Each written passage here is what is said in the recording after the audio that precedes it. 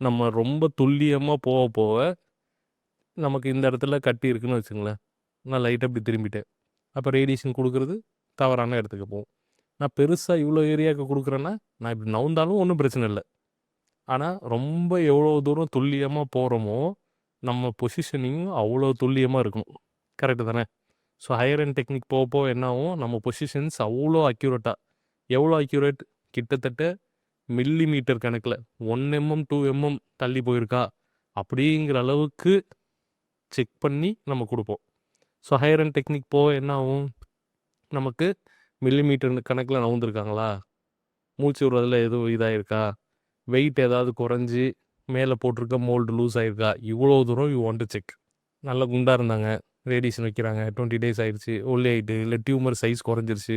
முன்னாடி இவ்வளோ பெரிய ஏரியா குடுத்துட்டுருந்தோம். இப்ப நம்ம ரெடியூஸ் பண்ணோம். இந்த மாரி நெறைய சின்ன சின்ன விஷயங்கள்லாம் இருக்கு.